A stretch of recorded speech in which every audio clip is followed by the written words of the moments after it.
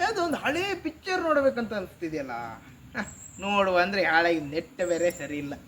ನಮ್ಮ ಮಾಚಣ್ಣ ಕಣ್ಣಗತ್ತಿ ಮಾಚಣ್ಣ ಇದ್ನಲ್ಲ, ಅವನ ಹತ್ರ ಡೈಲಾಗ್ ಏ ಮಾಚಣ್ಣ ಏನಾಯ್ತಮ್ಮ, ಒಂದು ಪೌರಾಣಿಕದ ಒಂದು ಡೈಲಾಗ್ ಹೇಳ ಮರಿ.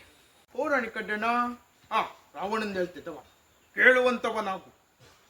ಆಂತರ್ಯದಂತರಾಳದಲ್ಲಿ ಅದೇನೂ ಅತೃಪ್ತಿ, ಅದೇನೂ ಅಶಾಂತಿ,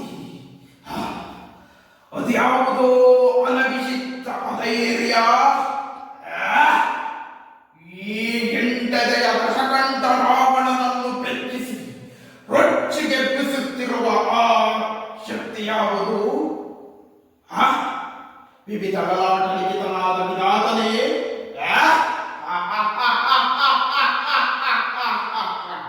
ತನ್ನ ವಿಧಾತ ಪಟ್ಟವನ್ನು ಗಂಟು ಕಟ್ಟಿ ನನ್ನ ಪಾದದಡಿಯಲ್ಲಿಟ್ಟು ಪಂಚಾಂಗದ ಪುರೋಹಿತನಾಗಿದ್ದಾನೆ ಆ ಬ್ರಹ್ಮ.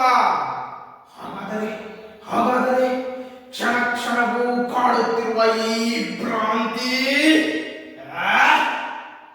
ಕ್ಷಣಚಿತ್ತ ಕ್ಷಣಪಿತ್ತರಾದ ನವಗ್ರಹಗಳ ಕ್ರಾಂತಿ. ಆ ನವಗ್ರಹಗಳೆಲ್ಲ ನನ್ನ ಸಿಂಹಾಸನದ ಪಾದದಡಿಯಲ್ಲಿ ಹೆಗಲು ಮುರಿಸಿಕೊಳ್ಳುತ್ತಿದ್ದಾರೆ, ಹೆಗಲು. ಹಾಗಾದರೆ ನನ್ನನ್ನು ನಿಮಿಷ ನಿಮಿಷಕ್ಕೂ ನಿಶ್ಶಬ್ದನನ್ನಾಗಿ ಮಾಡಿ ಗಾಢವಾಗಿ ಕಾಡುತ್ತಿರುವ ಕಾಣದ ಕೈ ಯಾವುದು? ಯಾವುದು? ಅದೇನು ನನಗಿಂತ ಪರಾಕ್ರಮಶಾಲಿಯೇ, ಪ್ರಬುದ್ಧವೇ, ಪ್ರಚಂಡವೇ?